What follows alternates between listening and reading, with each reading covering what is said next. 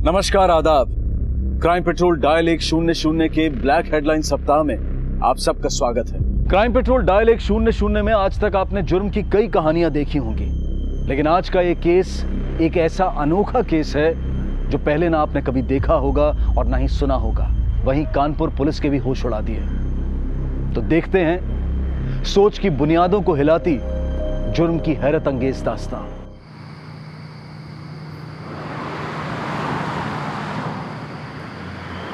अभी हॉस्पिटल पहुंच जाएंगे। भैया इतना स्लो क्यों चला रहे हैं? तेज चलाइए ना। अभी प्लीज प्लीज प्लीज कंट्रोल। अभी पहुंच जाएंगे। मैं बाबूजी को फोन कर देती हूँ।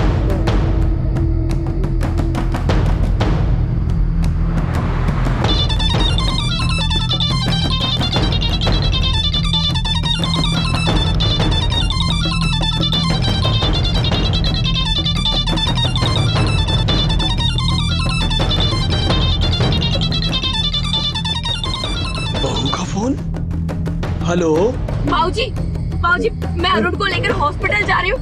किसी ने उस पर हमला कर दिया है। आप वहीं पर आ जाइए प्लीज। अच्छा मैं आता हूँ।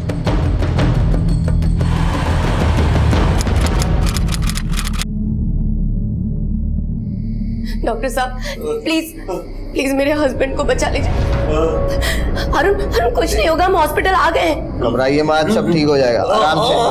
ये सब हुआ कैसे? डॉक्टर साहब 4 घंटे घर में घुसाए थे, पेट्रोल छिड़का इनके ऊपर और आग लगा दी।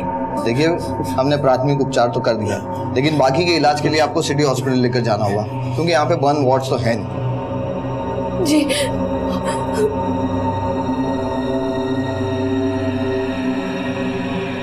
हेलो सर, मैं कांस्टेबल राज यादव बोल रहा हूँ सरकारी अस्पताल से। यहाँ एक जले हुए आदमी का केस आया और ये लोग उसे सिटी हॉस्पिटल ले जा रहे हैं। हाँ सर, ओके सर।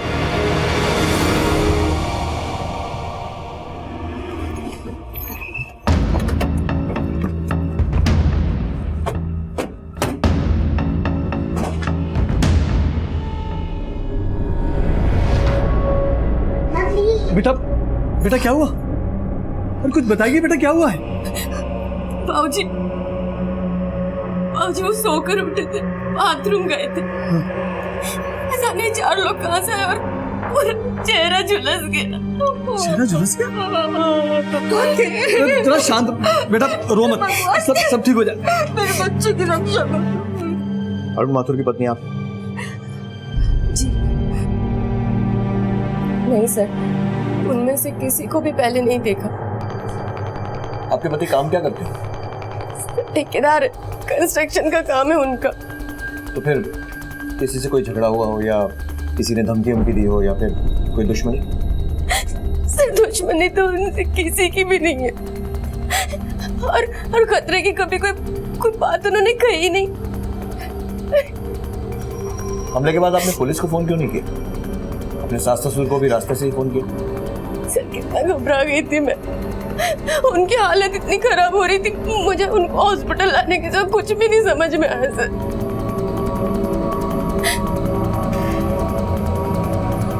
सर मेरी जानकारी में अरुण की किसी से कोई दुश्मनी है मुझे नहीं लगता। हाँ, कंस्ट्रक्शन का काम करता है वो, तो थोड़े बहुत मसले तो होते ही।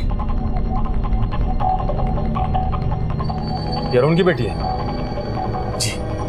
बेटा और बहू हमारे साथ नहीं रहते, पर इसे कभी कभी हमारे घर छोड़ जाते हैं। कल शाम को बहू आई थी, इसे हमारे पास छोड़ गई। आज इसका जन्मदिन है, बोला था शाम को आकर बताएंगे। पता नहीं किसने दुश्मनी निकाली मेरे बेटे के साथ। तो आपका ये मकान किराए का है? हाँ सर।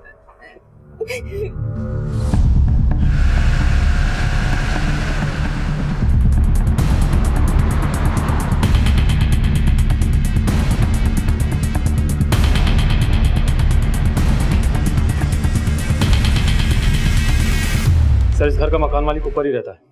बुलाओ सर ये घर तो कल दिन भर बंद ही रहा साहब। फिर ये 4 लोग कब आए और कब गए ये हमको पता नहीं सर। मतलब आपने किसी को आते जाते नहीं देखा? हाँ सर, हमने किसी को आते जाते नहीं देखा। अगर कोई रात में घुसा हो तो ये हम नहीं कह सकते, लेकिन एक बात है साहब, मेरी वाइफ ने सुबह 4 बजे कंपाउंड में एक प्राइवेट टैक्सी को आते हुए देखा था। उषा उसमें कहीं जा रही थी। उषा के साथ अरुण भी था? हाँ था।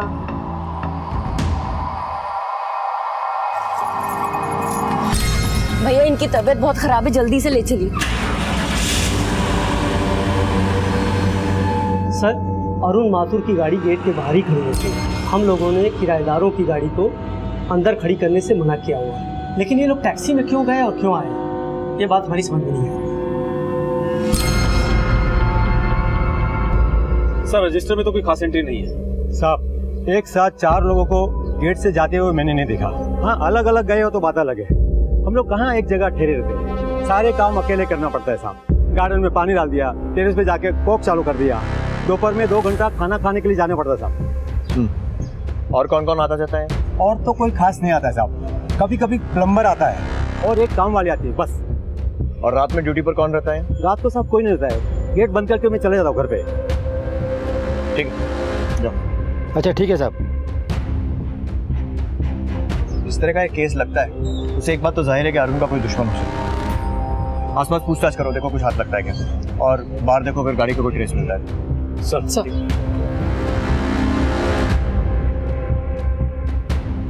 पुलिस ने कड़ी से कड़ी जोड़ने के लिए मोहल्ले से और आसपास से पूरी जानकारी जमा करनी शुरू की।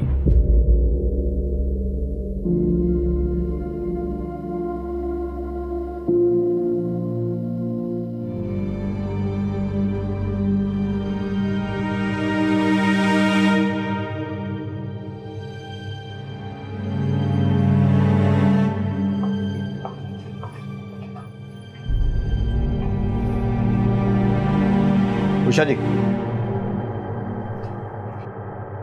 सर मकान मालिक ने मुझे और अरुण को ही देखा होगा, और कौन हो सकता है? लेकिन वो 4 लोग जिनके बारे में आपने बताया, कमाल की बात है उन्हें किसी ने आते जाते नहीं देखा। सर हमारे अपार्टमेंट की पीछे की दीवार पर से कूद के आने के पहले भी कई घटनाएं घट चुकी हैं। देखिए, क्योंकि वारदात आपके घर में हुई है, हमें घर का मुआयना करना पड़ेगा। घर की चाबी है आपके पास? हाँ है ना सर।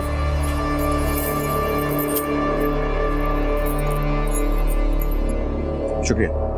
और अपने पति के बारे में या फिर इस घटना के बारे में अगर कोई भी बात याद आती है, छोटी से छोटी भी, तुरंत हमें फोन कीजिएगा। जी सर।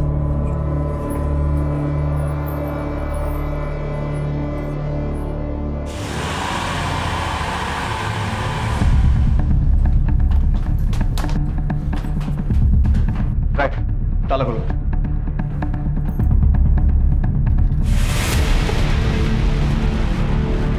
तो पेट्रोल की बदबू आ रही है। लगता है यहीं कहीं जलाया था। सावधानी से पूरे घर की तलाशी लो। चेतन, घर के आसपास देखो। सर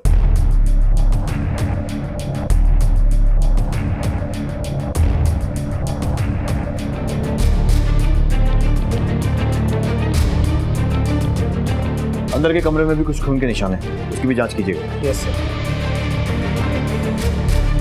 सर ये देखिए सर, जांच करवाओ इसकी।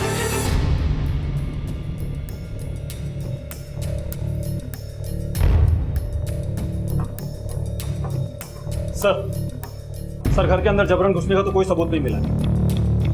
लेकिन उषा के हिसाब से तो 4 लोग घर में घुसे थे। फुटप्रिंट्स कितने मिले? सर यकीन के साथ नहीं कह सकते।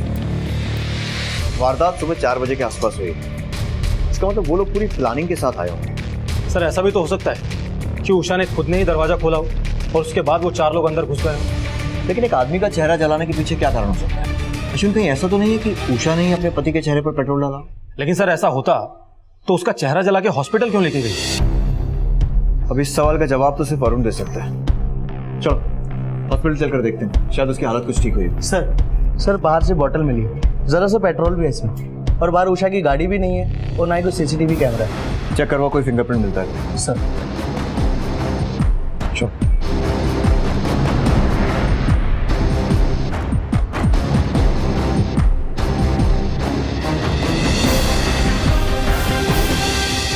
उषा के पति अरुण पर हुए हमले की जांच में जुटी पुलिस के सामने कई पहलू थे। हमलावर का जो भी मकसद था वो बेहद खतरनाक था। इस हमले से किसी की नफरत उभर कर सामने आई थी। इतना तो साफ था कि कातिल जान लेने से ज्यादा अरुण को एक ऐसा घाव देना चाहता था जो जिंदगी भर उसे इस हमले की याद दिलाता रहे। अपने बेटे पर हुआ ये हमला माँ बाप के लिए एक बिजली बनकर टूटा था और पत्नी उषा के लिए कहर। पुलिस ने अरुण और उसके परिवार की किसी से दुश्मनी या कारोबारी रंजिश को भी टटोला, लेकिन शक की सुई कहीं पर भी जाकर नहीं रुक रही थी।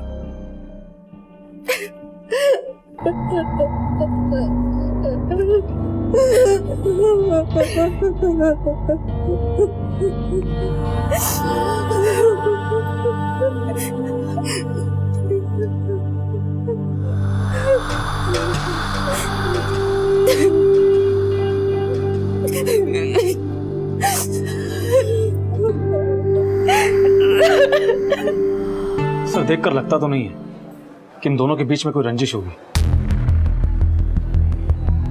राय, मुजरिम हमेशा इस यकीन के साथ जुर्म करते हैं कि कभी पकड़े नहीं जाएंगे, और हम भी उतने ही यकीन के साथ सस्पेक्ट पर शक करते हैं।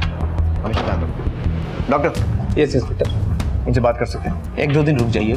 फेशियल बर्न्स है 35% और दाहिने हाथ में भी बर्न्स है। जख्म काफ़ी गहरा है। रिकवर होते ही हम आपको इन्फॉर्म कर देंगे। Thank you.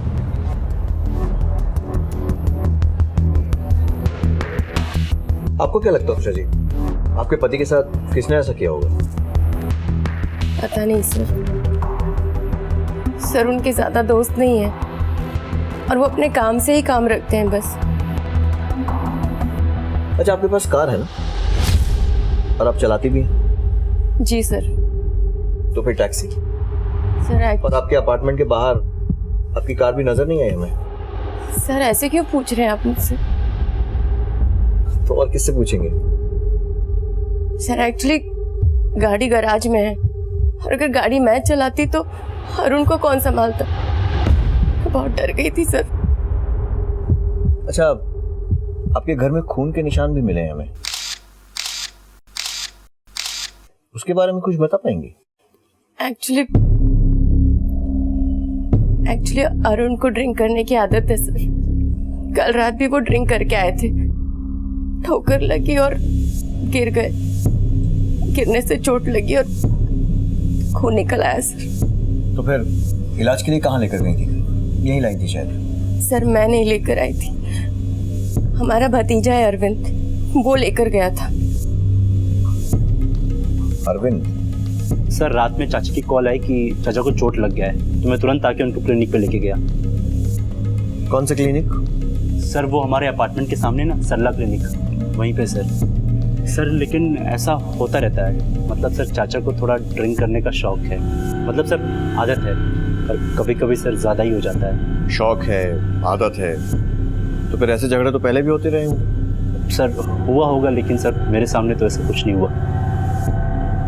यही गाड़ी है साहब। कल रात में एक औरत और उसका पति गाड़ी गैराज में छोड़ के गए थे।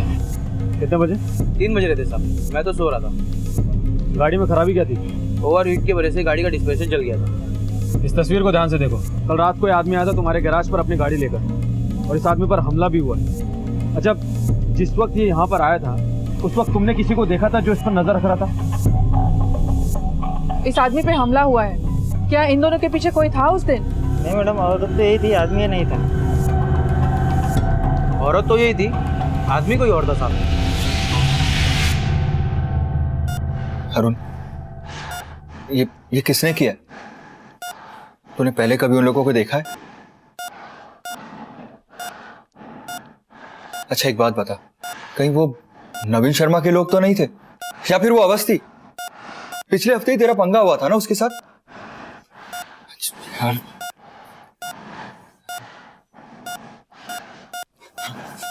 देख, तू बोल नहीं सकता तो ये पैड है और ये पेन, मुझे लिख के बता। ये जिस किसी ने भी किया है ना, मैं उसे नहीं छोड़ूंगा अरुण। मनीष भाई साहब। अरे भाभी जी, देखिए ना, ये कुछ बोल ही नहीं रहा। मैं कब से इसे जानने की कोशिश कर रहा हूँ कि किसने किया ये सब। ये है कि कुछ बोल ही नहीं रहा। देखो मनीष भैया जो पूछ रहे हैं ना, आप बता दो इनको प्लीज। आप मनीष भैया को बता दो ना। देखा, ये तो कुछ बोल ही नहीं रहा। मनीष भाई साहब, आप चिंता मत कीजिए। आपको जिन लोगों पर भी शक है ना, उनकी लिस्ट बनाकर आप मुझे दे दीजिए। ये जब भी थोड़ा ठीक फील करेंगे मैं इनसे बात करूंगी। ठीक है, मैं लिस्ट आपको मैसेज कर दूंगा। अरुण, मैं चलता हूँ, कल फिर आऊंगा। अपना ख्याल रखना। चलता हूँ भाभी जी।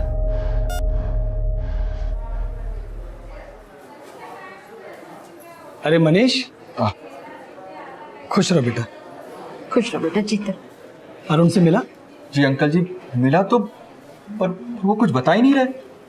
क्या नहीं बता रहा? अंकल जी यही कि उस पर हमला किसने किया।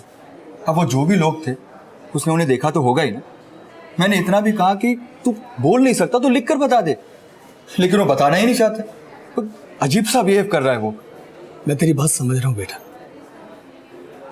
तू परेशान मत हो। अब तुझे भी पता है ना कितने बड़े हादसे से गुजरा है वो। मुझे लगता है कि उसे समझने में थोड़ा वक्त लगेगा। उसे समझ जाने दे। और पुलिस है ना, वो तो अपना काम कर ही रही है? तू चिंता मत कर, सब ठीक हो जाएगा। चल हम लोग भी मिल लेते हैं उससे, बेटा। चल खुश रह, खुश रह। जी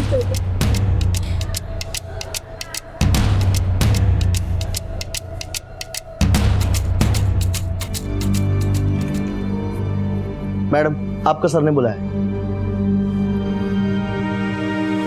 बाबूजी मैं आती हूँ। हाँ बेटा।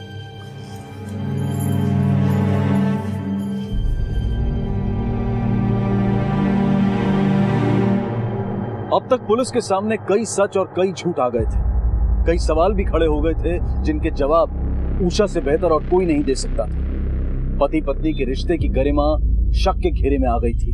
पुलिस ने क्राइम सीन का बारीकी से मुआयना किया, गवाहों के बयान लिए, सबूत जमा किए, लेकिन सीधा साधा दिखने वाला ये केस कानपुर की कलेक्टरगंज पुलिस की नींदें उड़ा रहा था। सर ये सब क्या है? आप लोग मुझे इस तरह यहाँ पर क्यों बुलाया है? आपको अगर मुझसे कुछ पूछना था तो आप वहां भी पूछ सकते थे। सर मैं पहले से इतनी परेशान हूँ और मैं आप लोगों की कंप्लेंट करूंगी डीसीपी साहब से। बिल्कुल कीजिएगा कंप्लेंट डीसीपी से। पहले ये बताइए कि ये आदमी कौन है? कौन है मतलब? अरुण है मेरे पति। लेकिन जब आपने गाड़ी गैराज में दी थी और उसके बाद टैक्सी किराए पर ली थी, तब आपके साथ ये आदमी नहीं था, कोई और था।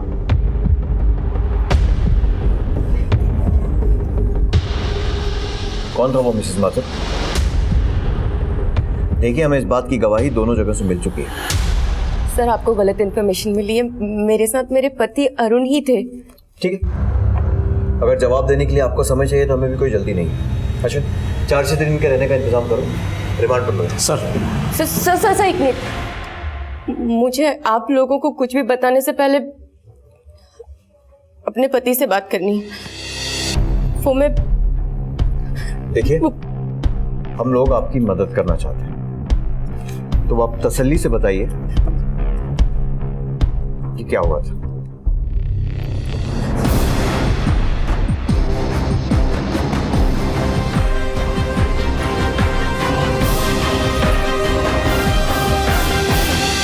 सर एक्चुअली बात 2 साल पहले की है। मुझे बैक पेन का प्रॉब्लम था।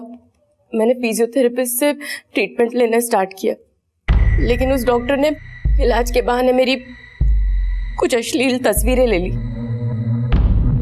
मेरी कमर का दर्द तो मैंने ठीक कर दिया, मेरे दिल का दर्द कौन ठीक करेगा? जी का मतलब ये कि जैसे तुम यहाँ पे आती हो और जाती हो, आती जाती रहा करो, वरना ये तुम्हारी कुछ सुनहरी यादें मेरे पास हैं। सर वो फिर मुझे ब्लैकमेल करने लगा। मुझसे कहने लगा कि मैं उसके साथ फिजिकल रिलेशनशिप बनाऊं। मैंने इनकार किया तो उसने कहा कि अगर मैंने उसकी बात नहीं मानी तो वो मेरी सारी तस्वीरें इंटरनेट पर डाल देगा। मैं बहुत डर गई थी। मैंने ये बात अपने पति से शेयर की। वो जो डॉक्टर है फिजियोथेरेपिस्ट, उसके पास मैं अपने बैक के प्रॉब्लम को सॉल्व करने गई थी। उसने इलाज करते करते कब मेरी गंदी गंदी तस्वीरें खींची मुझे कुछ नहीं पता। और अब वो मुझे ब्लैकमेल कर रहा है कि मैं उसके साथ रिलेशन रखूं। सॉरी।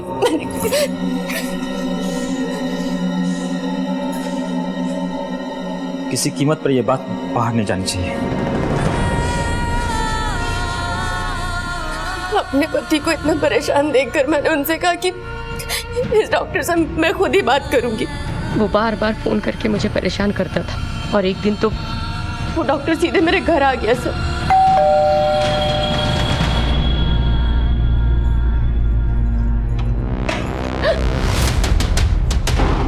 तुझे बुलाया, तू आई क्यों नहीं?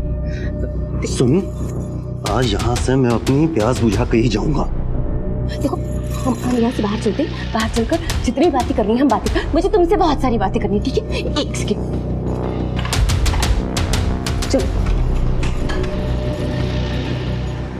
उस दिन मेरे पति गाड़ी लेकर नहीं गए थे, तो हम लोग हमारी गाड़ी से चले गए और वो पूरे रास्ते मुझे अपनी बात मनवाता रहा सर, लेकिन मैं उसकी बात नहीं मानी और रास्ते में हमारी गाड़ी खराब होने लगी सर। इसी वजह से गाड़ी गैराज पर दी और पास के टैक्सी स्टैंड से टैक्सी रेंट की।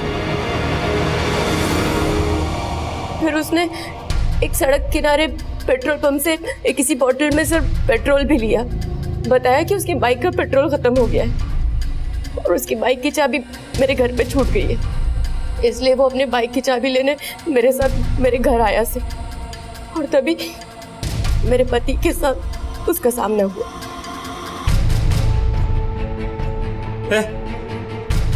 विकास है ना ये?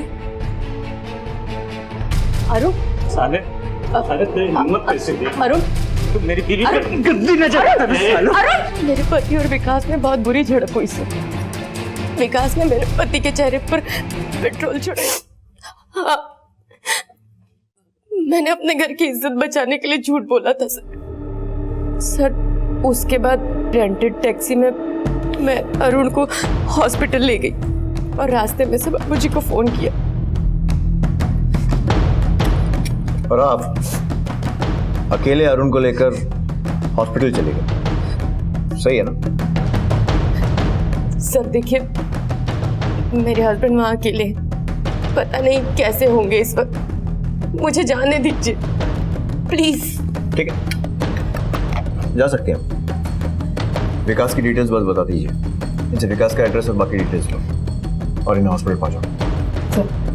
चलिए, थैंक यू सर।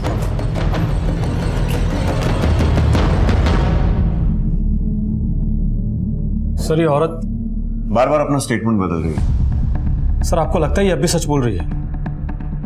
हो भी सकता है और नहीं भी, लेकिन अश्विन यहाँ पर बड़ी पहेली ये नहीं, वो है। एक बात तो पक्की है कि इसमें एक और आदमी है, विकास शर्मा, जिसे टैक्सी वाले ने, गैराज वाले ने, सबने देखा। इसके बारे में पता करो। अगर ये आदमी मिल गया ना तो केस फौरन सॉल्व हो जाएगा। सर, अपनी इज्जत को बचाए रखने के लिए उषा ने अब तक पुलिस के सामने कई गलत गवाहियां दी थी, पर आखिरकार उसे पुलिस के सामने सच्चाई रखनी ही पड़ी। पर क्या यह सच्चाई आखिरी सच्चाई थी या फिर कुछ और भी था जो पुलिस जानती नहीं थी? पुलिस के सामने एक नए संदिग्ध विकास का नाम उभरा था, तो क्या इस बेरहम हमले के पीछे विकास का हाथ था? पुलिस ने अपनी तहकीकात के सिरे अब उस दिशा में मोड़ दी। हाँ सर, विकास शर्मा हमारे यहाँ फिजियोथेरेपिस्ट है, वो पिछले 4 दिनों से आया नहीं है। 4 दिन से देखा नहीं साहब विकास को। 2 दिन पहले विकास जी आए थे कुछ सामान लेने। अरे सुरेश भाई, ये सामान दे दो। रवि, ये सामान निकाला। 10 मीटर रस्सी, 1 क्रोबार, सलिया 15 mm और एक फावड़ा। ये लो। विकास जी, ये सब क्या करेंगे आप? अरे कुछ नहीं, वो घर का गटर जाम हो गया था। अच्छा, ये ले। अच्छा ठीक है, चलता हूँ। मतलब मारने का सामान जुटा रहा था। सर, बगल के मेडिकल शॉप से विकास ने ये दवाइयाँ खरीदी थी कल शाम को। नींद की दवा और इंजेक्शन, मतलब बेहोश करके मारने का प्लान। अश्विन, इसके घर का एड्रेस मिला क्या? हाँ सर, यहीं फूल बाग में रहता है। चलो।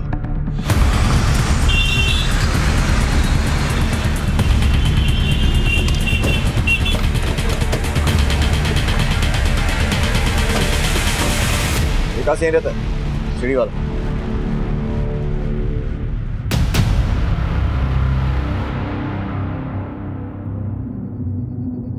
सुनो, ये विकास कहाँ गया? सर यहाँ पर तो 4 दिन से ताला लगा हुआ है। इसके साथ कोई और रहता है? नहीं साहब, वो तो अकेला रहता है। और इसके गांव के घर का कुछ पता ठिकाना? सर ठीक ठीक तो याद नहीं, पर इटावे का है, तुलसी गांव। उसके माँ बाप भी वहीं रहते हैं।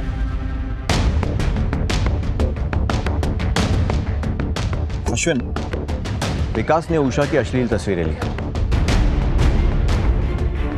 और उसके साथ शारीरिक संबंध बनाना चाहता था, जिसके लिए उषा राजी नहीं थी। तो इसके लिए उसे उषा पर हमला करना चाहिए था, उसके पति पर हमला क्यों किया? सर विकास ने जो सामान खरीदे किसी खास मकसद और काम को अंजाम देने के लिए खरीदा होगा, वरना एक फिजियोथेरेपिस्ट ये सामान क्यों लेगा? और हाँ सर, पिछले 4 दिनों से विकास आसपास में कहीं दिखा भी नहीं है। इसके कॉल रिकॉर्ड्स निकलवाओ और इसका मोबाइल फोन ट्रैकिंग पर डालो। एक टीम मिटावा भेजो, शायद वहाँ छुप कर बैठा। किसी भी हालत में ये आदमी हमारे हाथ लगना चाहिए। Sir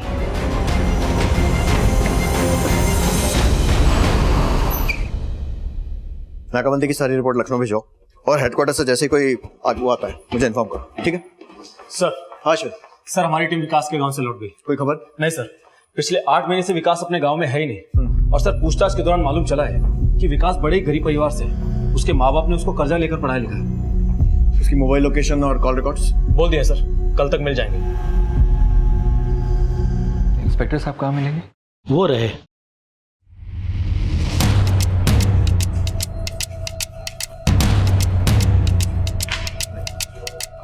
excuse me sir. Sir मैं मनीष, अरुण माथुर का बचपन का दोस्त। बोलिए। जी वो अरुण कुछ अजीब सा बिहेव कर रहा है। अजीब? सर मैं उससे मिलने हॉस्पिटल गया था और मैंने वहां उससे जानने की काफी कोशिश की कि ये सब किसने किया है, लेकिन सर वो कुछ बताने को ही तैयार नहीं। सर मैंने उससे ये भी पूछा कि अगर उसे किसी पर शक हो तो वो भी बताए, कुछ लोगों के नाम भी बताए, लेकिन सर उसने कुछ नहीं कहा। सर अरुण ऐसा नहीं है, वो काफी एग्रेसिव नेचर का है सर। वो ऐसे चुपचाप बैठने वालों में से नहीं है। और सर आज सुबह उसने मटन सूप पीने से इनकार कर दिया। लीजिए। अरे ये मटन सूप नहीं पियोगे तो जख्म कैसे भरेंगे? हाँ। डॉक्टर ने बोला है पीने के लिए। पी लेना बेटा, तुझे तो कितना अच्छा लगता है मटन सूप, तो फिर क्यों नहीं पी रहा है? पी ले बेटा, पी। मुझे क्या, मैं जा रही हूँ लेके, पर हाँ डॉक्टर को बोलना पड़ेगा। मांस मछली सब खाते हो और सूप पीने में कैसा परहेज? हाँ तो मटन सूप नहीं पिया तो? सर अरुण दिन में 3 बार नॉनवेज खाने वाला आदमी है। आप चाहे तो पास वाले रेस्टोरेंट वाले से भी पता कर सकते हैं सर। तो उसे नॉनवेज खाने की आदत थी और मटन सूप तो बाल्टी भर के पी सकता है सर। लेकिन आज सुबह जब नर्स ने उसे मटन सूप पिलाने की कोशिश की तो उसने नहीं पिया सर। माना कि उस पर अटैक हुआ है, टेंशन में बेचारा, लेकिन मटन सूप से दुश्मनी, सर ये बात मेरे गले से उतर नहीं रही। वैसे गले से तो हमारे भी बहुत सारी बातें नहीं उतर रही, फिर भी आप कहना क्या चाहते हैं? सर मैं ये कहना चाहता हूँ कि अरुण बिल्कुल भी ऐसा नहीं है। हाँ वो बिजनेस में थोड़ा उतार चढ़ाव लगा रहता है, और एक बात सर, उसे शराब पीने की भी आदत है। और सर ये आदमी ये तो मेरा दोस्त सर मेरा मतलब है कि ये कि ये आदमी अरुण नहीं है, ये कहना चाह रहे हैं? बकवास कर रहा है साहब वो मनीष। मुझे तो लगता है कि मेरे बच्चे पे हमला भी उसी ने करवाया। लेकिन वो तो अरुण का बचपन का दोस्त है ना। पर काहे का दोस्त साहब, कैसा दोस्त? सब जलते हैं मेरे बच्चे के कारोबार से। अरे हम बाप बेटों में झगड़ा भी इन दोस्तों ने करवाया है। पर आप देखिए साहब, कानपुर में मेरा इतना बड़ा मकान है और मेरा बच्चा किराए पे रह रहा है। अरे हम अपने बेटे को नहीं पहचानेंगे जिसे हमने बचपन से पाला पोसा? उसकी खुशबू सूंघकर पहचान लेंगे साहब हम उसे। क्या बात कर रहा है मनीष। चलो सर हमें भी यही लगता है कि ये मनीष बकवास कर रहा है। और ये अरुण का जो मोबाइल है वो कौन सी कंपनी का? Sir doctor.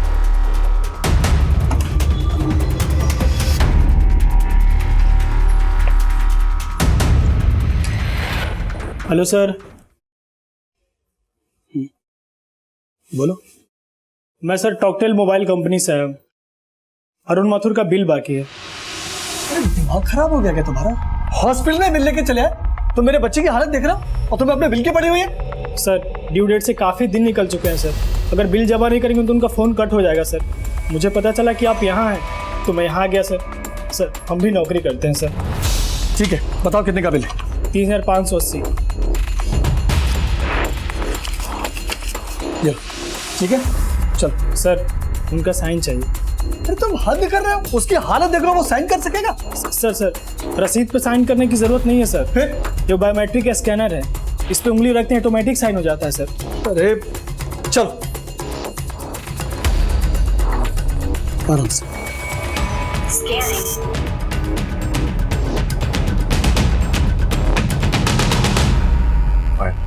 सर हाँ फिंगरप्रिंट मैच नहीं हुआ सर। बायोमेट्रिक के हिसाब से ये अरुण नहीं है सर।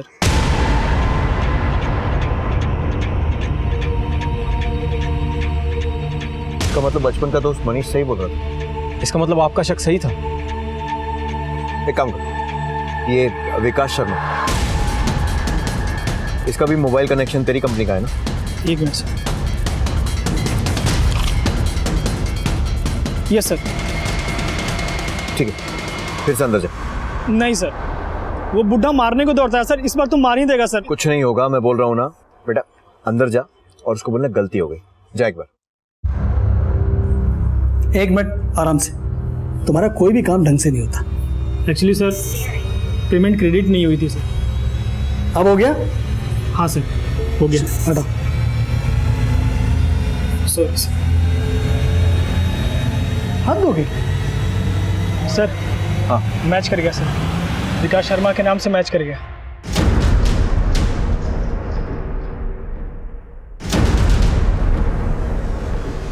तेरा स्कैनर तो काम करता है ना? बिल्कुल करता है सर। अब एक बार ट्राई भी कर सकते हैं। दिखा। पहले हाथ रखिए सर।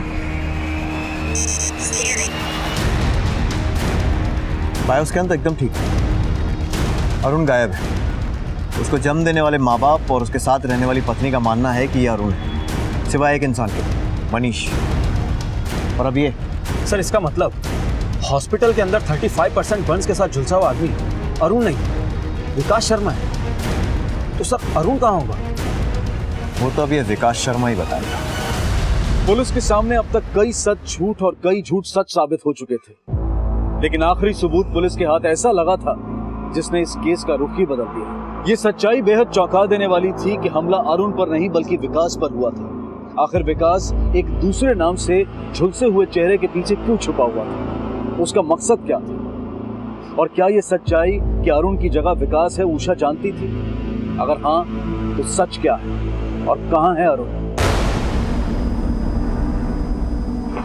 सर हमारी डॉक्टर से बातचीत हो गई है। तहकीकात के लिए मुझे थाने लेके जा सकते हैं। बढ़िया। अच्छा लो अरुण बेटा कुछ फल खा लो। अरे फल नहीं खाओगे तो जल्दी अच्छी कैसे होगी? अरे ये दवाई कहाँ रख गई उषा भी? अच्छा तो हो गया माता जी, चलो हो गया तुम्हारा डिस्चार्ज। ये सब क्या है साहब? क्यों, खुशबू से भी सूंघकर पहचान नहीं पाए आप लोग अपने लाडले बेटे को?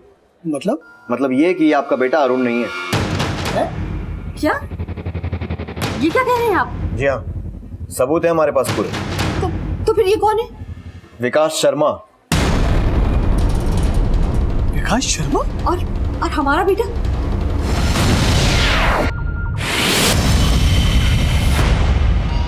गाड़ी में डालो।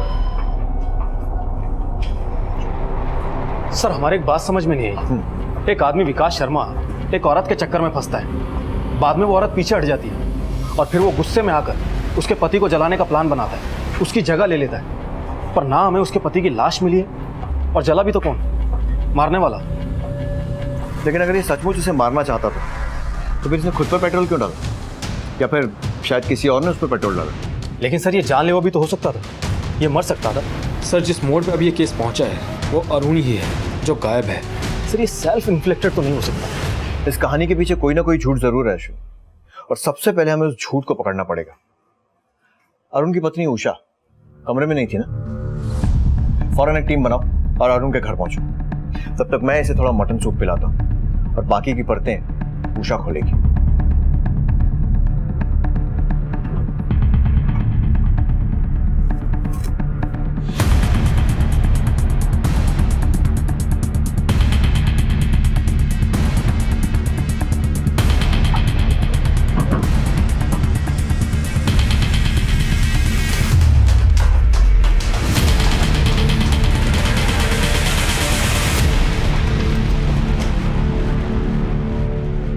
पूरे घर की अच्छे से तलाशी लो। सर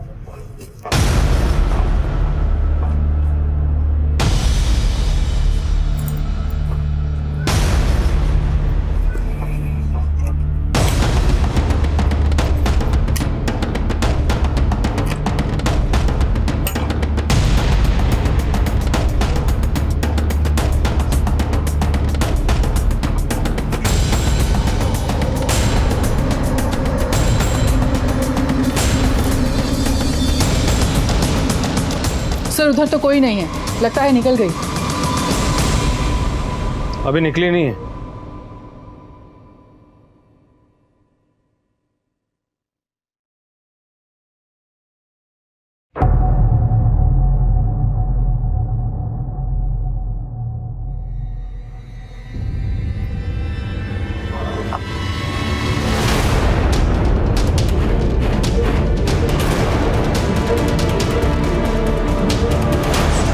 थाने चले उषा जी?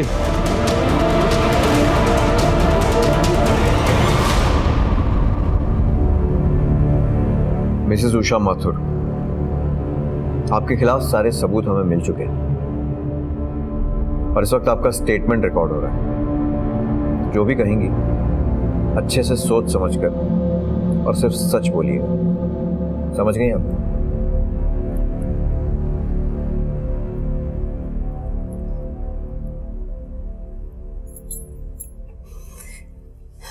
सर मैं अपने पीठ दर्द का इलाज करवा रही थी उन दिनों।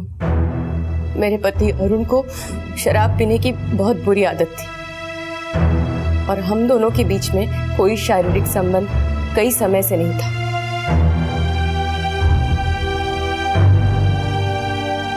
और ऐसे में जब मुझे विकास ने छुआ तो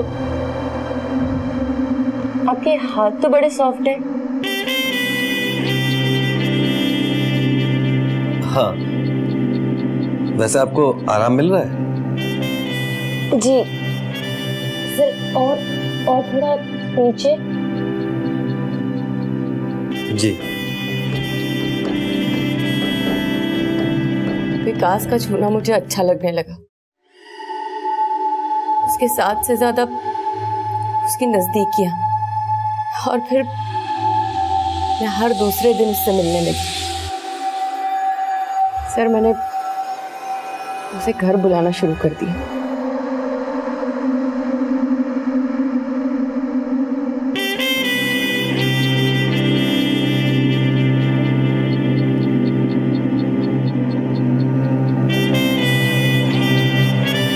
सर अब विकास हर दूसरे तीसरे दिन मेरे पास आने लगा था। चोरी के इस रिश्ते को मैंने पक्का रंग देने का सोच लिया था सर, और लुका छुपी के इस खेल को और अरुण को रास्ते से हटाने का मैंने पक्का रास्ता भी ढूंढ लिया था। मैं और विकास मर्डर के नए नए रास्ते इंटरनेट पे ढूंढने लगे थे। सर मैंने अरुण को मारने का प्लान रात का बनाया, क्योंकि अरुण हमेशा रात को नशे में होता है। सबसे पहले मैंने अपनी बेटी को उसकी दादी के यहाँ छोड़ा, और फिर अरुण के आते ही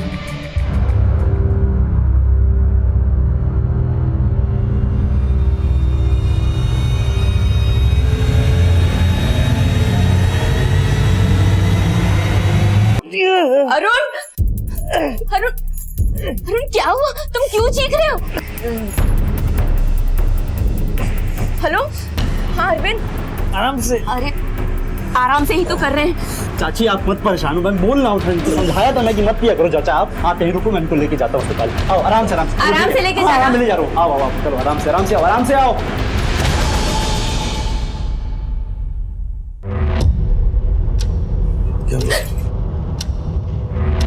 फट्टू हो गए तुम, भागे का है? तुमने उसको मार दिया? धीरे बोलो। अरुण को भी अरविंद हॉस्पिटल लेकर गया है। जाओ, जाकर बाहर हमारे फोन का वेट करो। ठीक है, आराम से। हाँ जाओ।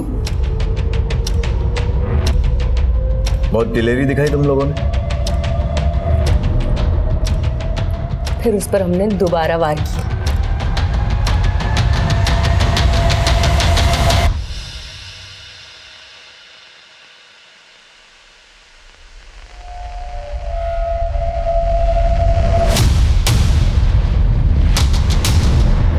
शोर न मचाए इसलिए उसे हमने बेहोशी का इंजेक्शन दिया।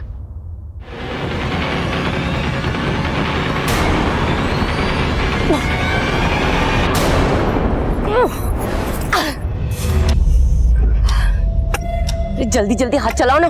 यहाँ नहीं खुलने वाला, यहाँ तो पत्थर है। छोड़ो इसको, जाओ पेट्रोल लेके आओ, माचिस भी लेके आना।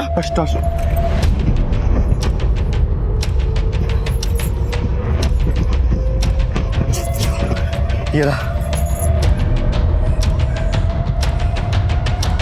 कार एक गड्ढे में फंस गई। अब क्या हुआ?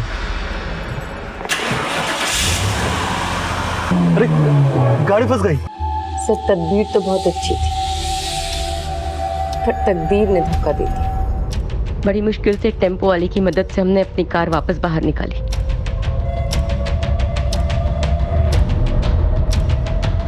पर रास्ते में फिर खराब हो गई, इसलिए धक्का देते हुए गैराज तक ले गए।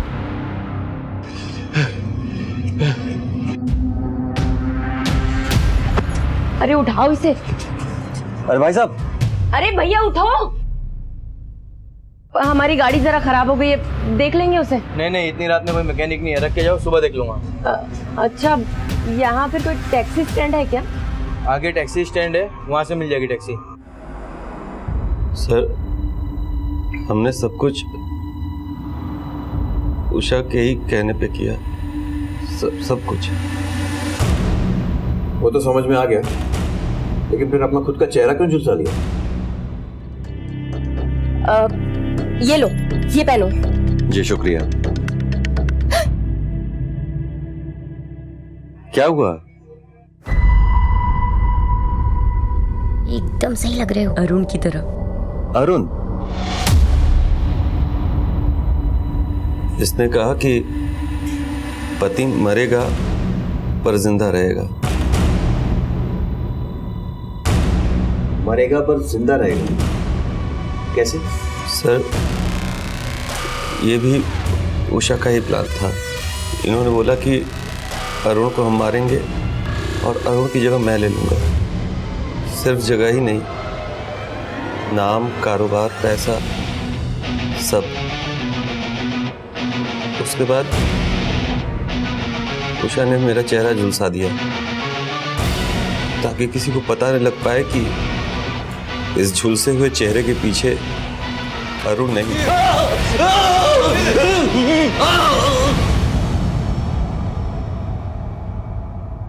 चलो, इसने तो मटन सूप पी लिया। सर, हम तो शाकाहारी हैं। तुम्हारा शाकाहारी होना ही तो तुम्हारे लिए हानिकारक और कानून के लिए फायदेमंद साबित हुआ, क्योंकि ये तो मांस खाती है, वो भी इंसान का। अरुण की लाश कहाँ है?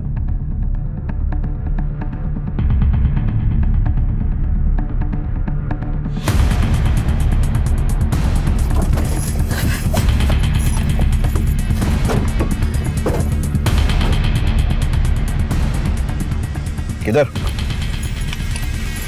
चलो।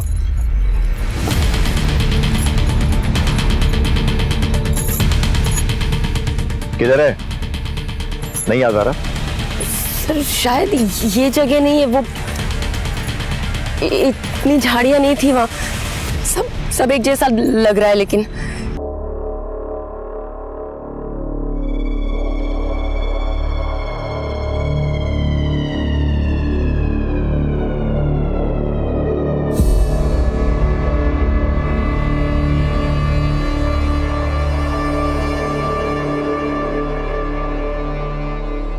मुझे नहीं मालूम कि तुमने ये सब करके क्या पाया और ये सब किया क्यों, लेकिन जब भी लोग इस केस के बारे में सुनेंगे ना, तो तुम दोनों की हिम्मत और बेवकूफी के बारे में सोचते रह जाएंगे। तुमने खुद अपने ही हाथों अपने घर को आग में झोंक दिया। पति पत्नी के रिश्ते में विश्वास एक अहम सूत्र है जिस पर शादीशुदा जिंदगी की बुनियाद टिकी होती है। कानपुर की एक सत्र अदालत ने उषा और विकास को आईपीसी की धारा 302, 301 और 120B के तहत उम्र कैद की सजा सुनाई। कहते हैं कि सूरत बदलने से सीरत नहीं बदलती, देर से ही सही, लेकिन प्रकृति अनीति बर्दाश्त नहीं करती और जिंदगी का सफर सही रास्तों पर ही चलकर तय किया जा सकता है। गलत रास्ते सिर्फ हैवानियत और गलत अंजाम की तरफ ही ले जाते हैं। देखते हैं हमारे आज के एपिसोड की दूसरी कहानी।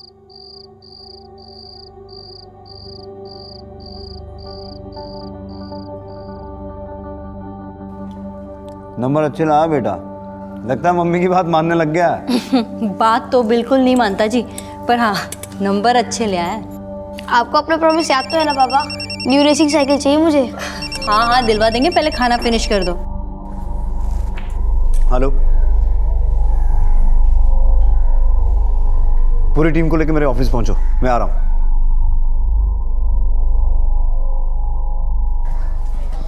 क्या हुआ?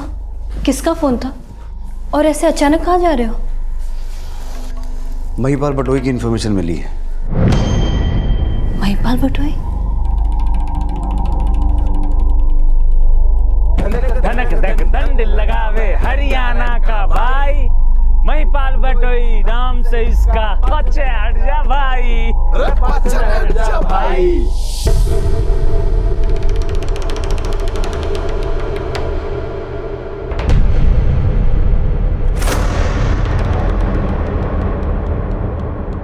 वर्मा गाड़ी निकालो।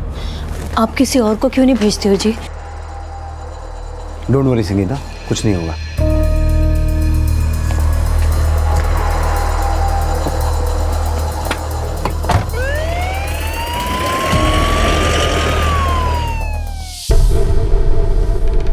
ना पीवे यो सोडा दारू, नाचता ना सिगरेट, ना यो हुक्का गुड़का, खावे शेर मलाई।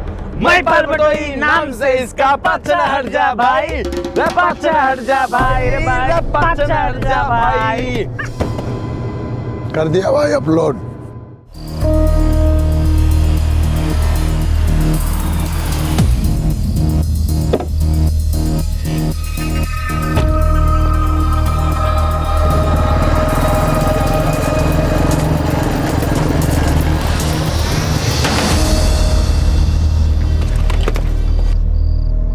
सर मोहन नहीं आ पाएगा, बोल रहा था कि उसको हाई फीवर है।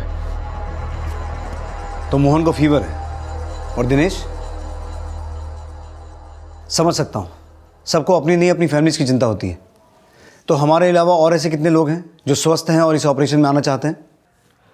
सर हमारे अलावा 3 कांस्टेबल और हैं, राजेश, जाखड़ और राम सिंह। और आभा तो ऑलरेडी सिक लीव पर है। सर, आभा सांगवान रिपोर्टिंग सर। आभा तो में मलेरिया हुआ था ना?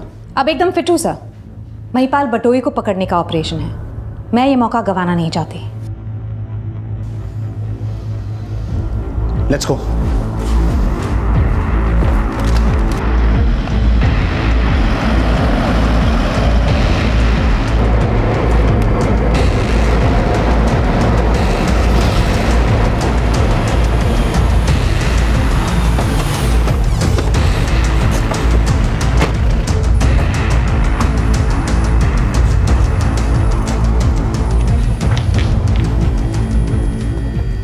आभा सर, तुम मोहल्ले में जाके चेक करो क्या सिचुएशन है, और ये जैकेट निकाल के जाना, किसी को शक ना हो। Yes sir. राजेश तुम साथ जाओ, बी केयरफुल। चलो।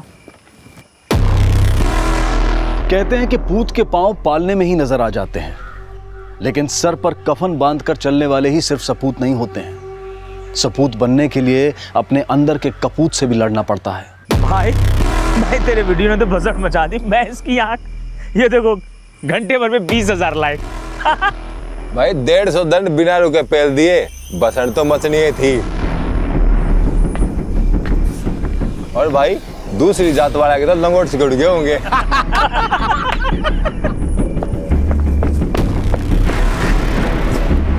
भाई तो तू कल देखिए, 2 टीन घी के पी के 300 दंड पे लूंगा, और 20,000 की क्या बात करे। 1 घंटे के भीतर भीतर 2 लाख लाइक आवेंगे, देखिए। तो महिपाल, बिरांची, बटवल तीनों है वहां? हाँ सर, और तीनों के साथ साथ सज्जन भी यही हैं। धूमल, बिश्नोई, मोहल्ले में चेक करो, अगर कुछ सिविलियन दिखे तो उसे हटाओ वहां से। किसी मासूम की जान नहीं जानी चाहिए। क्विक। यहाँ मत रुकिए, चलिए मैं आपको बताता हूँ। मत बोले, हरियाणा का फेमस है, वर्ल्ड फेमस अपना भाई महिपाल भाई। ए रुक रे।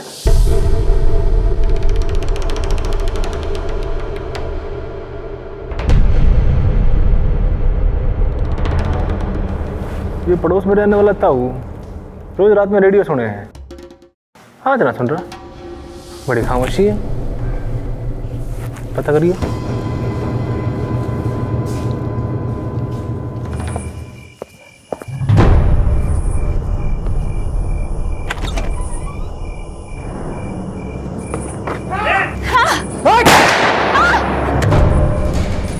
सर आभा मैडम।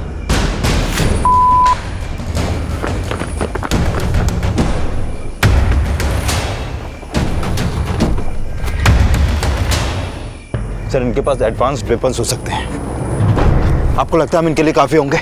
धूमल, मैं फोर्स बुलाता हूँ, लेकिन पहले हमें इन्हें चारों तरफ से घेरना होगा। जब तक मैं ना कहूँ कोई फायरिंग नहीं करेगा। अगर उनकी तरफ से फायरिंग हुई तो हमें चारों तरफ से ऐसी मल्टीपल फायरिंग करनी है कि उन्हें लगे बाहर हमारी पूरी फोर्स है। Right sir.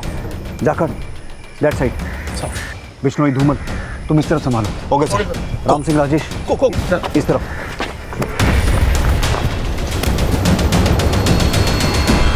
और कितने लोग हैं बाहर तेरे साथ? पूरी फोर्स आई है, ये बुद्धू ना बचने को। बड़ी मारी फिक्र तो ना ही कर, अपनी फिक्र कर, समझी? अब्बा सांगवान, सांगवान है तू तो हमारे लोगों में से एक है। बाबली हम ही से लड़ने चली आई? अपने परिवार की टब्बर की चिंता कौन है तूने? हाँ, कोबरे के बिल में चली आई सीधा।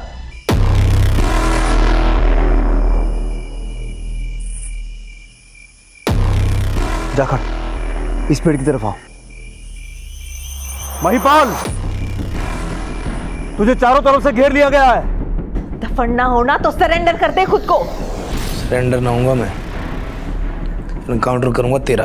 कहते हैं कि जब गीदड़ की मौत आती है तो वो शेर को ललकारता है, लेकिन जो अपने आप को नायक और पुलिस को खलनायक कहकर ललकार रहा था, क्या वो असल में शेर ही था?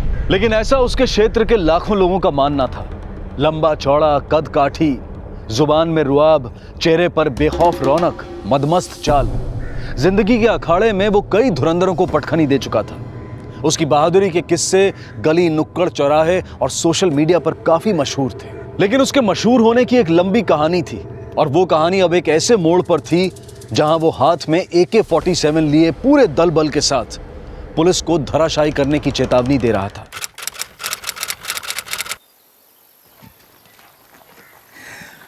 बात सुन महिपाल, यो सारा सामान लेके तू सीधा घर जा, और उसके बाद ना मैं अरे तलवे चाटने वाले, थारी परछाई से अशुद्ध कर दिया मैंने। वो ख्याल नहीं रहा भगत जी। दूर हट, दूर हट।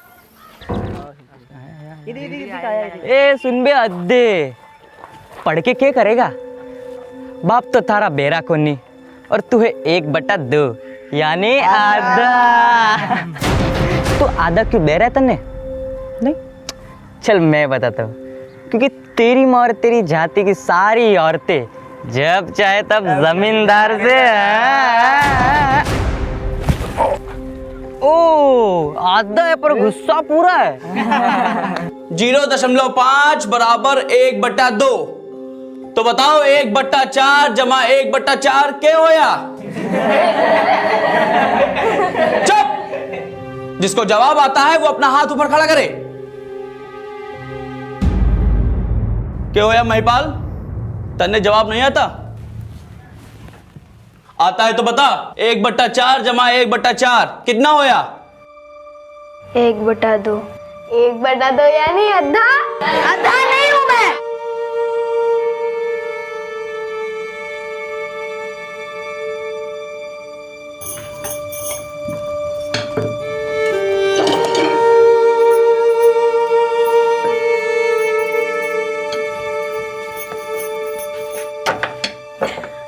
महिपाल, आ गया तू? जा हाथ मुंह धो ले और रोटी खाने आ जा। जा जल्दी। महिपाल, जो क्या किया तन्ने स्कूल में आज? मास्टर जी थारी शिकायत कर रहे थे। क्या किया तन्ने? बोल।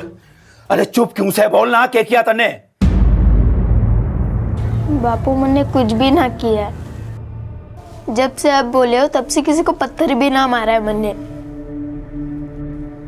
हाँ, लेकिन गाली जरूर सुनता हूँ। अद्धा अद्धा के सब चिढ़ाते हैं मन्ने।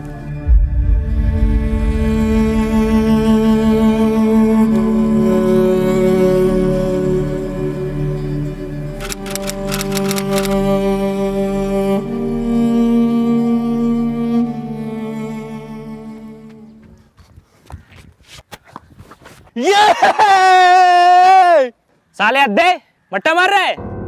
एक्शन गलत है इसका। नो बॉल है। नो बॉल है, नो बॉल है। अरे नो बॉल कैसे है? एक्शन सही है मेरा। अबे अद्दे, बॉल फेंकते समय तूने कौन ही नहीं मोड़ी? अरे सीधी फेंक रहा हूं मैं, सबने देखा है, सबने देखा है। अरे अभी तो केवल मोच आई से, उन लोगों के साथ उलझेगा थारी हड्डी तोड़ के पानी भी ना पूछेंगे बेटा।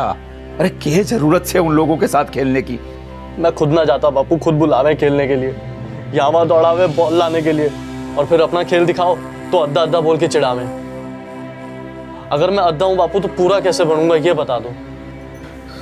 देख महिपाल, ये अद्धा पूरा, ये सब अब छोड़, कोई मतलब ना है इसमें। और अपनी पढ़ाई पर ध्यान दे, इसी में हम सबकी भलाई से बस।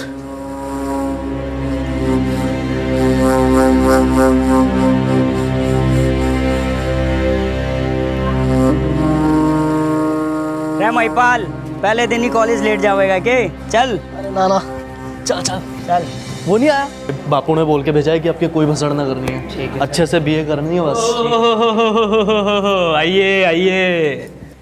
तो अद्धा 12वीं पास कर ही ली? कर लिया तभी तो कॉलेज आया। चल पैंट खोल, तेरी तो ऐसी रैगिंग करेंगे कि याद रखेगा। अबे घूर के रहा है, पैंट खोल। अबे हम भी तो देखें भीतर से अद्धा पूरा है के।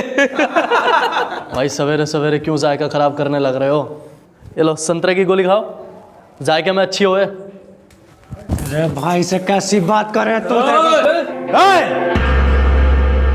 ये भसाड़ मचा रखी है। मैंने बोला था इस साल कोई रैगिंग ना होगी। भाज लो अड़े थे, नहीं तो जी मैं बैराची खट्टर। पहलवान जी मैं मोहित बटवल। तू अरे हाथ तो मिला ले, मेरे दिमाग में इनके जैसा छुआछूत ना है। नाम ना बतावेगा? महिपाल। बस महिपाल? सिर्फ महिपाल। अरे तूने तो गले लगाने वाली बात बोल दी। आज से तू मुझे अपना दोस्त समझ। प्रदीप सिंह राजपूत इंटरस्टेट कुश्ती पहलवान और अपने कॉलेज स्टूडेंट यूनियन का लीडर था, और प्रदीप की दोस्ती ने महिपाल की बेखौफी को जातीय भेदभाव से लड़ने की आवाज दी। लेकिन सवाल यह है कि क्या महिपाल सिर्फ महिपाल रह पाएगा, और क्या हमारा समाज ऐसा है जो लोगों को हमेशा के लिए जाति और धर्म के आधार पर तोलना बंद कर देगा? जो सदियों में नहीं हो पाया वो फिर से संघर्ष बनने वाला था, जिसका परिणाम यह था कि उस दौर का नवयुवा आज हाथ में AK-47 लिए पुलिस को ललकार रहा था। एनकाउंटर करेगा ये महिपाल तुम सबका? नायक खलनायक कौन था, इससे बड़ा सवाल यह था कि क्या महिपाल अब सिर्फ महिपाल था या महिपाल बटोई? हथियार उठा लेना क्या सिर्फ महिपाल की नाकामी थी या फिर हमारे सिस्टम और समाज की भी? ये मसला इतना उलझा हुआ, इतना कॉम्प्लिकेटेड है कि जो भेदभाव से ऊपर उठने की बात करते हैं अक्सर उनकी नीयत पर भी शक किया जाता है।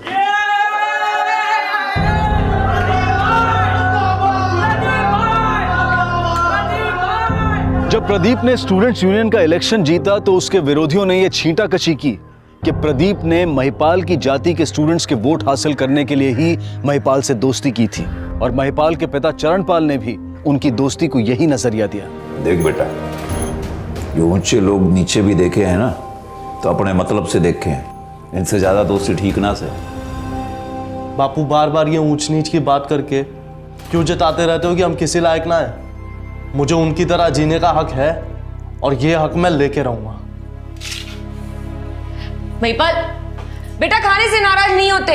अरे खोपड़ी खराब हो गई से इसकी कॉलेज की पढ़ाई पढ़ के। जो हक और सम्मान का भूत इसकी शादी करके ही उतरेगा।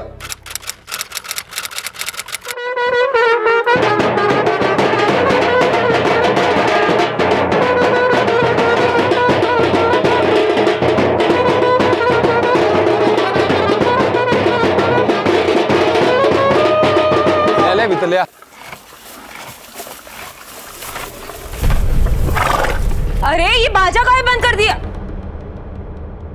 मौसी राम राम से घोड़ा ले आ मौसी। घोड़ी क्यों? मौसी क्यों घबरा रही है? अरे आज हमारे यार की शादी है, तो बस भीतर जा और दुल्हे राजा ने ले आ।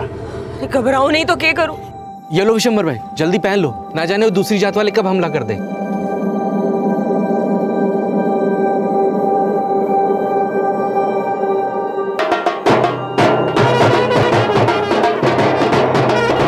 बंद कर।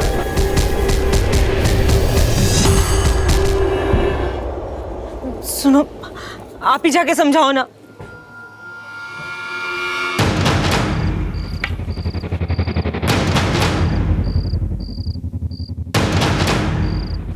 देख थने ना सुननी है ना सुन, पर ये हेलमेट पहन ले। माँ थारा इकलौता बेटा घोड़ी चढ़ने जा रहे ऐसे, जो हेलमेट नहीं छोड़। हाँ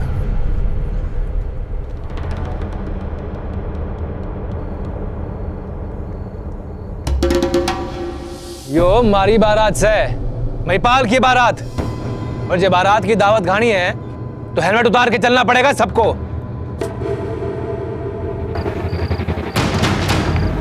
अरे बजाओ रे, नाच रे यार की शादी है।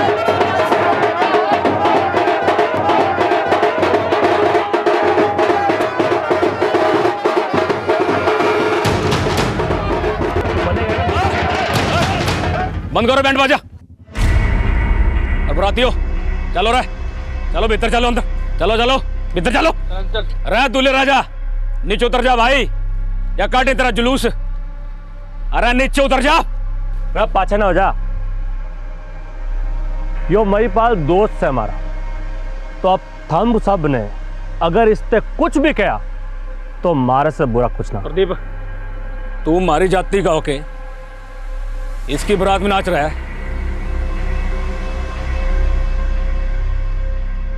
अरे शर्म को नहीं आती तेरे? इससे कह नीचे उतर जा, नहीं तो दो ना तो के भाई, हाँ ना तो के। चल रहे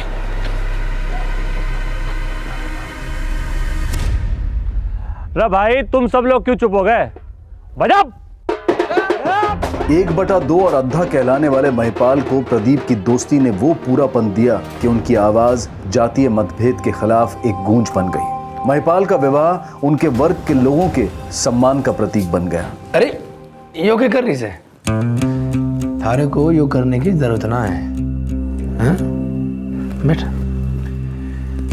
देख एक बात हमेशा याद रखिए, जैसे तेरे लिए मैं हूं वैसे ही हमारे लिए तू है, हाँ? अच्छा एक बात बता, तुम्हारे से शादी करके खुश तो है? बाबड़ी हर बात शर्मा के बताएगी, कुछ अपने मुंह से भी बता दे।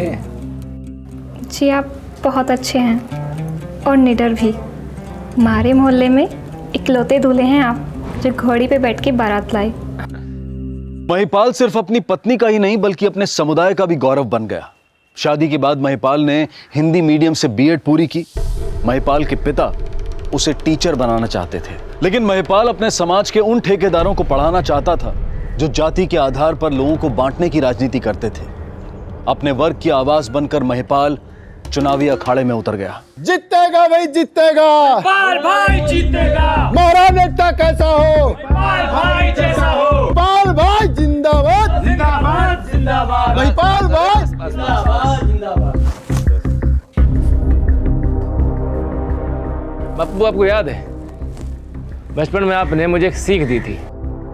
अरे अगर ये लोग अपनी पर आ गए ना तो अपना हुक्का पानी सब बंद कर देवेंगे, गांव से बाहर कर देवेंगे। और अगर दोबारा तूने पत्थरबाजी की ना तो मारे को बापू मत बोलना। मैंने आज तक किसी पे पत्थर ना फेंका, पर अपने हक की लड़ाई लड़ने के लिए पत्थर फेंकना जरूरी भी ना है। आपने सीख डर के दी थी और मैंने वो सीख तरकीब से अपना ली। मान गए बेटा, तू जो बोलता था कर दिखा। हमें बहुत गर्व है कि तू नेता बन गया। अरे तो माँ तो फिर देख क्या रही है? ले आरती की थाली और उतार दे आरती अपने छोरे की। पाल भाई जीतेगा, महिपाल भाई जिंदाबाद। जिंदाबाद जिंदाबाद जिंदाबाद। प्रदीप पहलवान जिंदाबाद। नेताजी वो जीतेगा भाई जीतेगा।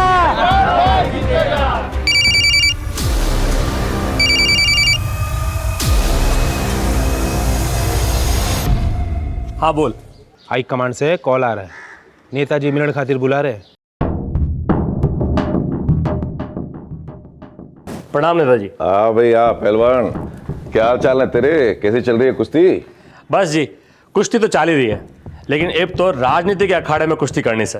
पर भाई ये जो कुश्ती में धोबी पछाड़ होती है ना, ये राजनीति में चलनी पड़ती है। हाँ। अच्छा सुन, तेरे दोस्त है ना वो महिपाल? हाँ हाँ अपना महिपाल। हाँ हाँ तेरा ही महिपाल, वो जिला परिषद का इलेक्शन लड़ रहा है। हाँ जी। निर्दलीय से। जी जी। तो उसे बोल कि मैं उसने बोल चुके हूँ नेताजी, लेकिन वो कह रहा है कि उसको सिर्फ निर्दलीय खड़ा होना है, पार्टी आर्टी में ना आना। इसीलिए तो जीतने नहीं देना उसे, वहां से मैं अपना भांजा खड़ा कर रहा हूं। उसको बोल कि अपना नामांकन वापस ले ले। पर नेताजी वो तो मेरा दोस्त है। अरे पार्टी तने एमएलए का टिकट देने की सोच रही है वहां से, तो भाई कुछ तो कमाल दिखाना होगा ना, छाप छोड़नी होगी अपनी। और अगर वो निर्दलीय वहां से जीत गया और पार्टी हार गई तो तेरा एमएलए का टिकट तो गया ना, सोच ले। ये अब क्या बात कर रहे हैं पहलवान जी? अब तो खुद जानते हैं कि मैं नेता बनना ना चाह रहा, मैंने तुम्हारे लोगों ने खड़ा किया है। जानता हूँ भाई, तू मजबूर है, अपने लोगों का दिल ना तोड़ सकता तू। पर पहलवान जी आपकी ऐसी कौन सी मजबूरी है जो आप मुझे नामांकन वापस लेने के लिए बोल रहे हैं? भाई प्रदीप को ना कोई भी मजबूर ना कर सकता, लेकिन यो तो मैं थारे भलाई के लिए बोल रहा हूँ। ये जिला परिषद छोड़ और आगे एमपी की तैयारी कर, एमपी बढ़ा दूंगा। अब एमपी जब बनना होगा बन जाएंगे, अभी तो हमें ये जिला परिषद जीतना है। हमारे लोगों को काफी आशा है पहलवान जी।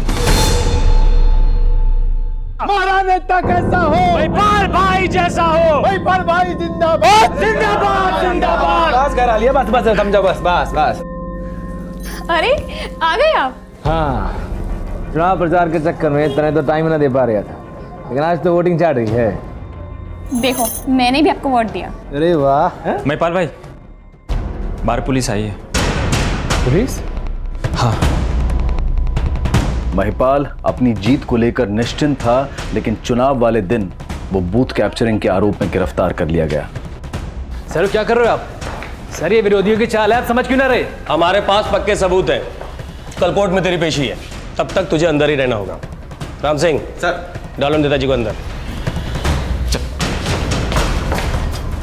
प्रदीप, जो क्या साजिश कर रहे हैं?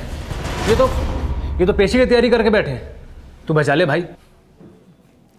भाई मैं थारे को यहाँ बचान खातिर ना, बल्कि थारे को थारी औकात दिखाने खातिर आया हूँ। क्या बोले था हैं कि नामांकन वापस ना लूंगा हैं? साढ़े मन ने थारे को घोड़ी तो चढ़ाया और तू मारे सर पे चढ़े है,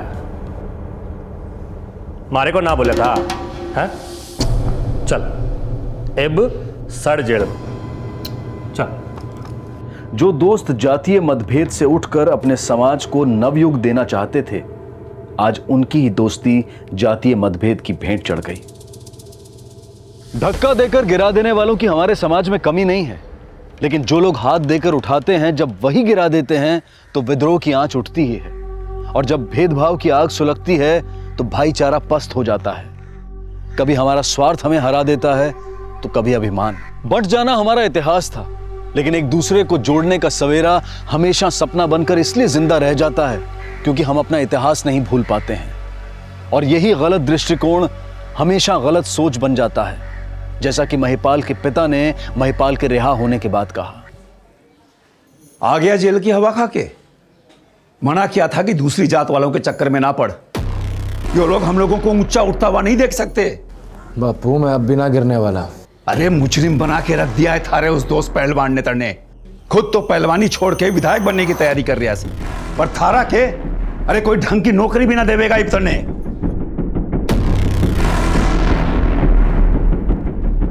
अरे भाई यू प्रदीप पहलवान तो पूरा नेता हो गया। अरे सबको परेशान कर दिया इसने, किसी का सर फोड़ दिया, किसी का हाथ तोड़ दिया। अरे अपने लोगों का तो इसने जीना आराम कर दिया भाई।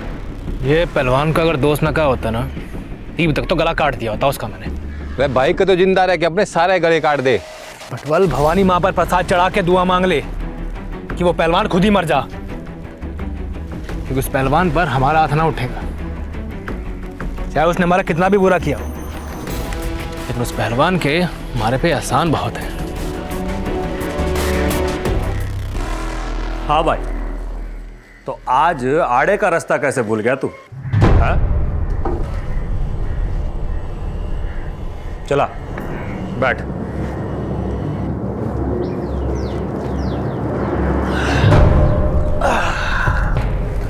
बता क्यों मिलना चाहता? आपने हमेशा मेरा साथ दिया, फिर आखिर में धोखा क्यों दे दिया मैंने?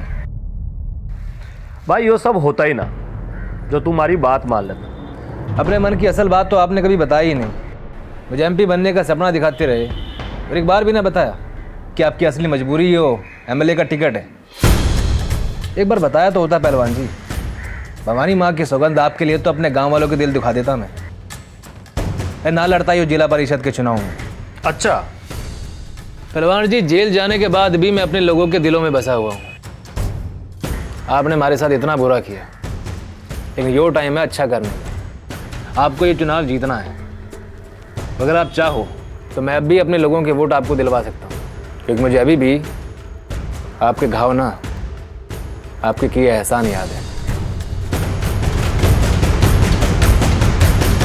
हमारा नेता कैसा हो? प्रदीप पहलवान जैसा हो। जिंदाबाद जिंदाबाद। हमारा नेता कैसा हो? प्रदीप पहलवान जैसा हो। जीतेगा भाई, जीतेगा। प्रदीप पहलवान जिंदाबाद। हमारा नेता कैसा हो? प्रदीप पहलवान जैसा हो। प्रदीप पहलवान जैसा हो। प्रदीप पहलवान जिंदाबाद।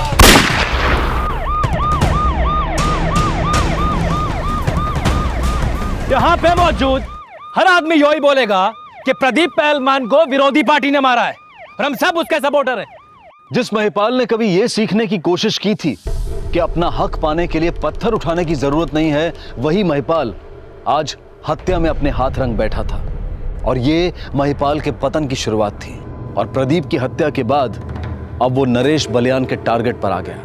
खत्म कर उस महिपाल ने, नहीं तो उसके हाथ हमारी गर्दन तक पहुंच जाएंगे। प्रदीप की हत्या ने दो वर्गों में हिंसा का माहौल पैदा कर दिया और अपनी तूती को बुलवाने का वर्चस्व महिपाल को अपराध के उस रास्ते पर ले गया जहां वो हक के लिए हत्या को भी जायज समझने लगा। भाई यो है हमारा आज से नया घर, एकदम अंग्रेजी स्टाइल। एक तरफ महिपाल अपने विरोधियों का आतंक बनता जा रहा था और वहीं दूसरी तरफ वो अपने वर्ग का मसीहा कहा जाने लगा। और पुलिस के लिए महिपाल ऐसा अपराधी था जिसके खिलाफ ना सबूत मुहैया हो पाते थे और ना ही कोई ऐसा था जिसमें महिपाल के खिलाफ गवाही देने की हिम्मत होती थी। वो इतना लोकप्रिय हो गया था कि अखबार और मीडिया उसे रॉबिन हुड की उपाधि देने लगे।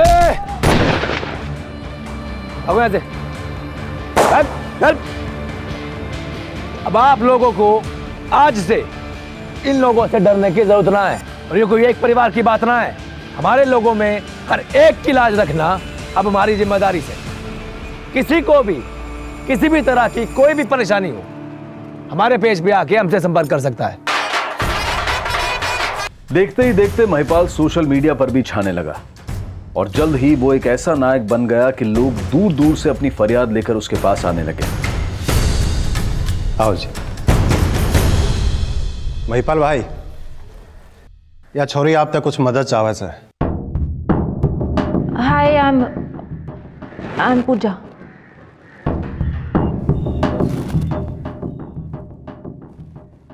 बैठो जी। अब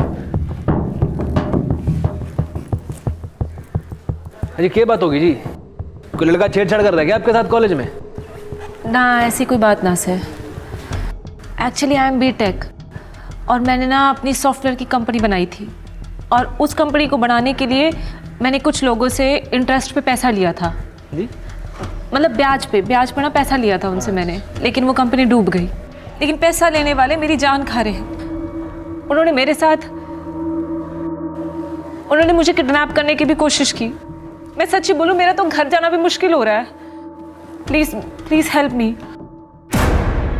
भाई ने खाना मस्त बनाया सर। हाँ, हो गया ना काम? अच्छा, हाँ चल ठीक है। हाँ ठीक है। लो जी, 2 घंटे में काम हो गया तेरा, खत्म दोनों के दोनों।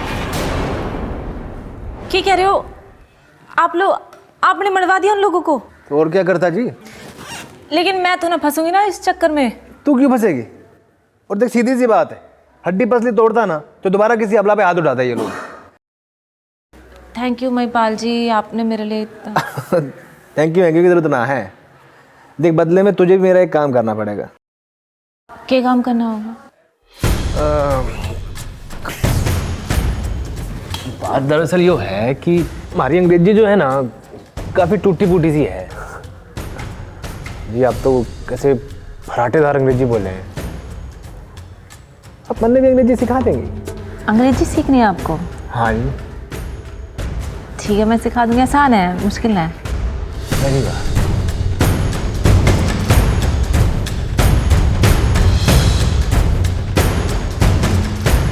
देखते ही देखते पूजा भी महिपाल के गैंग की एक परमानेंट मेंबर बन गई और महिपाल को युवाओं में पॉपुलर बनाने के लिए उसने महिपाल को नया रूप दिया और वो उसके सोशल मीडिया अकाउंट्स हैंडल करने लगी।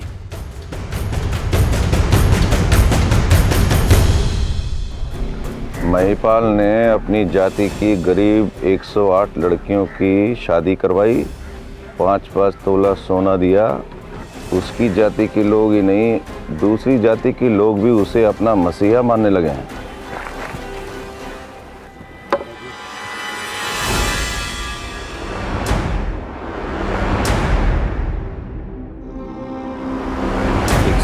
बासठ, 63, 64, 65, 66, 67, 68। अरे क्या बात हो गई? पैसे क्यों गिरने लग रहे हो? भाई जेठा से जितने मांगे होंगे उससे ज़्यादा ही ला के दिया होगा। क्यों जेठा? मुझे माफ़ कर दो भाई, मुझे माफ़ कर दो। नरेश बलियान के कहने पे मैंने पुलिस को आपके बारे में सब कुछ बता दिया भाई। पुलिस किसी भी समय यहाँ पहुँच सकती है भाई, मुझे माफ़ कर दो। अरे क्यों जेठा?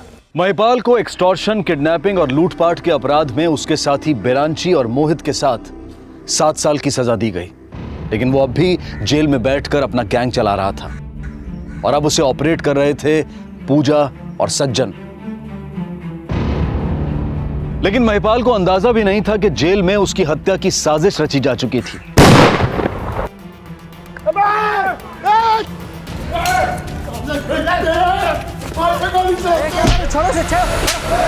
पूजा, अरे रोड़ा हो गया जेल में। वो प्रदीप का आदमी है ना, जयदीप, हाँ। मर्डर कर दिया महिपाल ने। दिमाग खराब होगा क्या महिपाल का? जानते हुए इसका नतीजा क्या होगा? जेल में मर्डर यानी उम्र कैद। तो क्या भाई को जमानत भी ना मिलेगी? ना मिलेगी।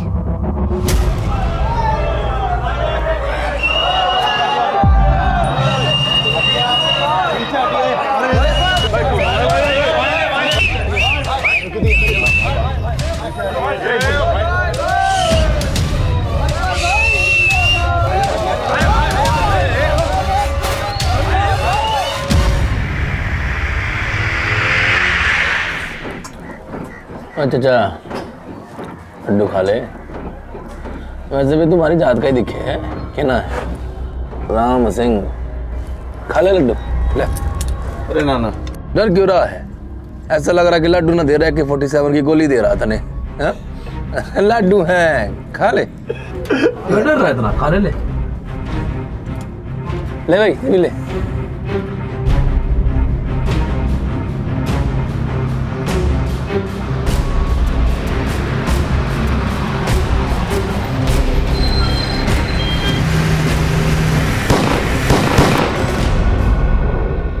महिपाल और उसके साथियों का कैद से भागना मीडिया की सुर्खियां बन गया और नरेश बलियान पुलिस पर गंभीर आरोप लगाने लगा। देखिए, ये सब पुलिस की साजिश है। पुलिस की मिली भगत की वजह से ही वो खतरनाक अपराधी भाग पाए। ये सब बातें बिल्कुल बेबुनियाद है। महिपाल ने अपने पूरे गैंग के साथ मिलकर पुलिस वैन पर हमला किया। हमारे 3 पुलिसकर्मी मारे गए और 4 घायल हुए। लेकिन हम अपराधियों को जल्द से जल्द पकड़ लेंगे और हमने इन अपराधियों को पकड़ने के लिए स्पेशल टास्क फोर्स की घोषणा भी की है। इस स्पेशल टास्क फोर्स की अगुवाई एसीपी रणबीर सिंह को सौंपी गई थी और अपने सोर्सेज की कई इंफॉर्मेशन के आधार पर इस टीम ने महिपाल और उसके साथियों को ढूंढने के लिए हरियाणा के पानीपत, सोनीपत, करनाल, जींद, भिवानी में कई ऑपरेशंस चलाए। महिपाल के गैंग के कई लोगों को गिरफ्तार भी किया गया, लेकिन ना वो महिपाल, बिरांची और मोहित बटवाल का पता लगा पाई और सज्जन और पूजा भी अंडरग्राउंड हो गए। पर जल्द ही उन्हें एक अहम सूचना मिली। सर एक इन्फॉर्मेशन मिली है, महिपाल अपने घर वालों से मिलने घर जाने वाला है। ये इन्फॉर्मेशन पहले भी बहुत बार मिल चुकी है, लेकिन जब से वो जेल से फरार हुआ है कभी अपने घर नहीं पहुंचा। लेकिन सर वो इस बार अपने घर जरूर जाएगा, उसकी शादी की सालगिरह है।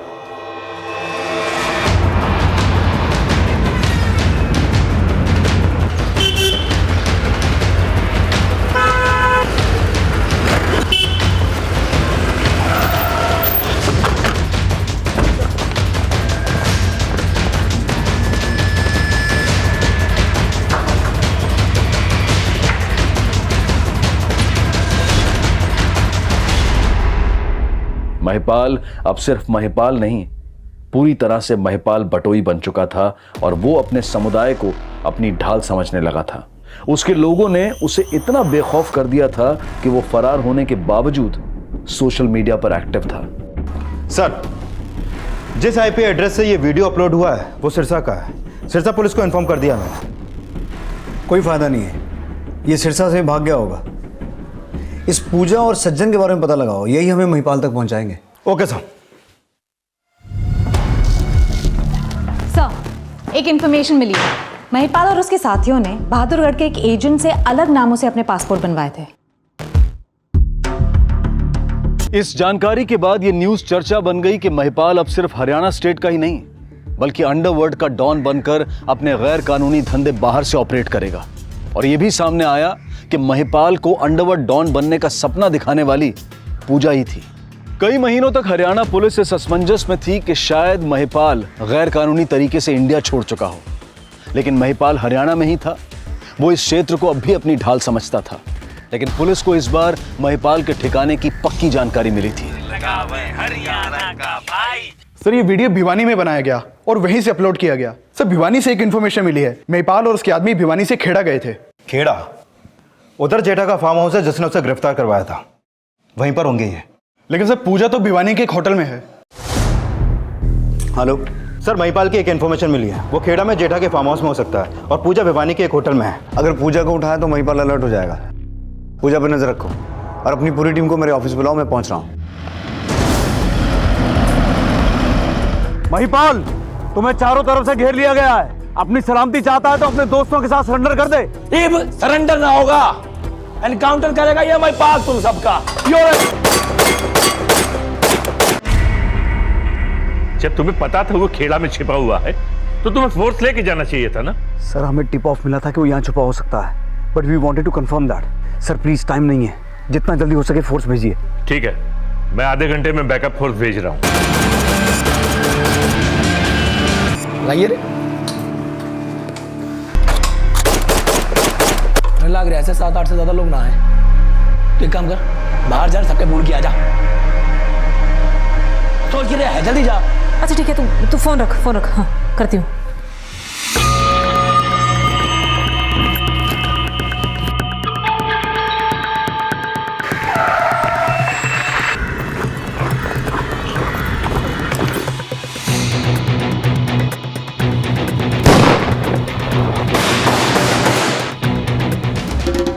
खलनायको चले आप भीतर। जो खड़ा हीरो एकदम नियत्ता, राजा पकड़ ले अपनी सरकार से मेडल। चला क्यों रहे, दोनों हाथ ऊपर, एकदम नियत्ता।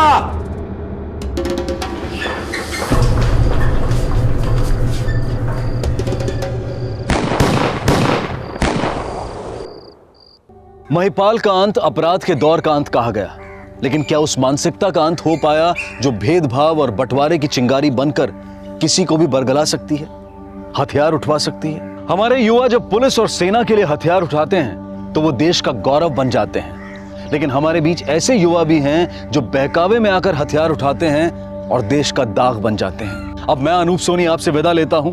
फिर मुलाकात होगी अगले एपिसोड में एक और चौंका देने वाले केस के साथ। तब तक अपना और अपने परिवार का ख्याल रखें और देखते रहें क्राइम पेट्रोल डायल 100। सबक एक को सीख हम सबको। जय हिंद। इस तरह के और भी एपिसोड देखने के लिए हमारे चैनल को सब्सक्राइब करें और बेल आइकन दबाना ना भूलें।